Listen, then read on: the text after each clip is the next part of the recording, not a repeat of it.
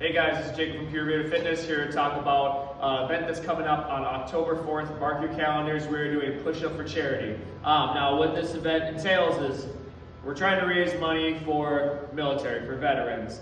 And the goal is trying to do as many push-ups as you can in 90 seconds. So I'm going to make 3 separate videos today and talk about different portions of push-ups. So today, for this video, we're going to go over a warm-up. The next day, we're going to go over technique. And the last day, we're going to go over different variations of how you can do push-ups and ways to get strong within your push-ups. So first, we're going to go over our warm-up for the push-ups. And I kind of put together a long list of exercises that I would do before this specific challenge.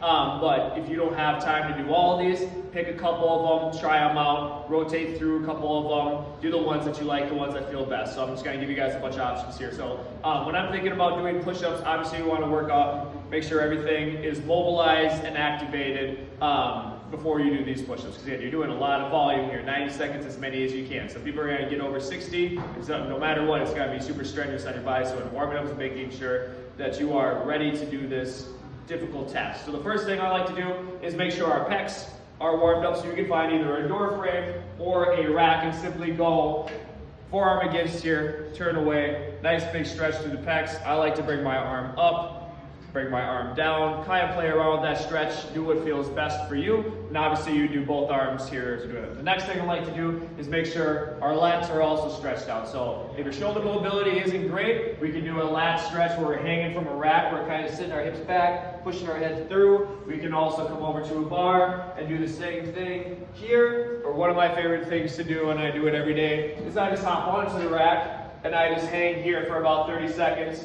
With each exhale, try to feel my body getting longer here. Big stretch in the lats. So one of those 3 variations to get your lats stretched out, and then a simple overhead, just tricep extension, pulling through here, getting the triceps stretched because they're doing a lot of work. Triceps make our elbows extend, so we want to get those puppies warmed up. The next thing I want to do is make sure that our thoracic spine, our mid-back, is nice and mobilized here. So if we're not mobile in our mid-back, our shoulders aren't going to be very mobilized. So my 2 favorite go-to thoracic movements is the first one is called a cat-cow or a cat-camel, depending on who you're talking to. This is working for thoracic flexion extension. So you're going to go, imagine a string is tied to your belly button. You're going to go, that string's pulling you down to the floor. As you come down to the floor, I want you guys to squeeze those shoulder blades together. And then imagine a string is tied to the top of your mid-back. Pulls you up towards the ceiling. Now when you come up to the ceiling, you're going to try to pull those shoulder blades apart, okay? You can go 10 to 15 reps, going back and forth, try and get as much flexion and extension as you can out of the mid-back. Now my other one that I like the most is called thread the needle. That is working on thoracic rotation. So you're going to be in the same starting position here, but you're going to take one arm, and you're going to thread through as far as you comfortably can, and then you're going to keep your eyes on your hand as you follow up towards the ceiling, and you're going to thread the needle as far as you can through and back again, working on rotation, 10 to 15 reps on each arm, going each direction. Then one of my other favorite ones to do, shoulder mobility wise, now we're moving here, is what's called a blackbird. You're going to go on your stomach, toes stay on the floor. Depending on your shoulder mobility, chin can stay on the ground if you want more of a challenge, or you can allow your chest to come up off the floor a little bit if your shoulder mobility is not stupendous. But regardless, you're going to start thumbs up, making the letter Y. Then you're going to bring your hands up as high as you can, behind your back like you've got handcuffs on, okay? Then you're coming back, making the letter Y with your thumbs up, right? Squeezing the shoulder blades, lots of tension in the upper back, but again, we're also working on shoulder mobility there. So, then the next thing we have, an underrated part about doing a really good push-up is your core strength, right? When I say core, I mean abs, hips, and glutes. But for right now, we're going to focus on your abs. So we're just going to go through a simple plank series. When you're doing your plank, when you're doing your push-ups, I want you guys to make sure we don't have our hips tilted here. We want to tilt our hips in and keep our abs braced and our glutes squeezed, just like we should be doing when we're doing a plank. So rather than being here and feeling a plank in your low back, turn those hips in, squeeze your glutes. You're going to hold for 20 seconds in a normal plank.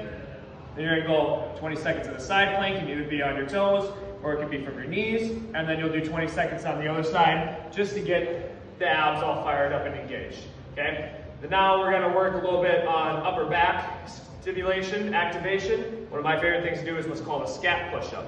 Your scapulas, your shoulder blades, if those things don't move well, shoulders aren't going to move well either. So for the scap push-up, arms stay nice and straight, and get yourself set up like you're doing a push-up. Hips are turned in, abs are squeezed, and you're just gonna go squeeze shoulder blades together, pull them apart. Squeeze together, pull apart, okay? 10 to 15 reps there. Then again, if you have if your shoulder blades if your shoulder mobility is decent, you can also do what's called a scap pull-up, where you're going to go on a rack in a pull-up position, and you are simply going to pull yourself up only by using your scaps. You go up, down. Get good engagement out of your lats, your serratus muscles, right through here. And then now we're going to continue doing a little bit more activation stuff using bands. So one of my favorite things to do for bench press and before push-ups is do what's called a banded chicken wing. So you're going to take a light band here, you're going to loop it around a rack, and you're going to go put your arms in the band, okay? The band is going to be right around your elbows, right? You're going to take a little step back, hands kind of go behind your back, you're going to let that band pull your elbows forward, and then you're going to go against the band, pull those elbows back, squeeze shoulder blades together. Pull forward, squeeze shoulder blades as you come back, okay? You're gonna go 10 to 15 reps of that. Next thing is, again, stimulating the upper back, which is what we wanna do to make sure shoulders are feeling good, is a face pull. So you can either grab a band, or you can do it on a cable machine, whatever you've got available to you. You're going to take a big step back, little mini squat, and you're gonna pull the band apart and towards your nose, okay? So you're not just going here, but I want you to actually physically pull the band apart as it's coming towards your nose. Squeeze your shoulder blades together, 10 to 15 reps there as well. Now last thing I want to address, some people got elbow pains when they're doing any kind of pushing or pressing. Something we can do to help negate the elbow pain is working the extensors in our forearms, here. The thing that makes your hands go like this. So as we grab all the time, we're working here.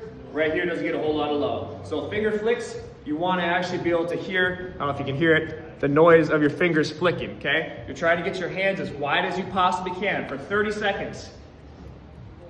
Finger flicks, like you got water on your hands and you're trying to spread water all over your buddy's face, just like this. As many as you can for 30 seconds. You're gonna be surprised at how much this is burning here, okay? So I know I just went through like 15 exercises. We covered some mobility, some activation. If you can't do all of those things, that's completely fine, that's a lot. Pick a couple, try different ones out, stick with the ones that you felt like got you most prepared to do your push-ups, and stick with those things. Otherwise, I'll see you guys in the next video where we're gonna talk about some technique for our push-ups as we work here towards our push-up challenge.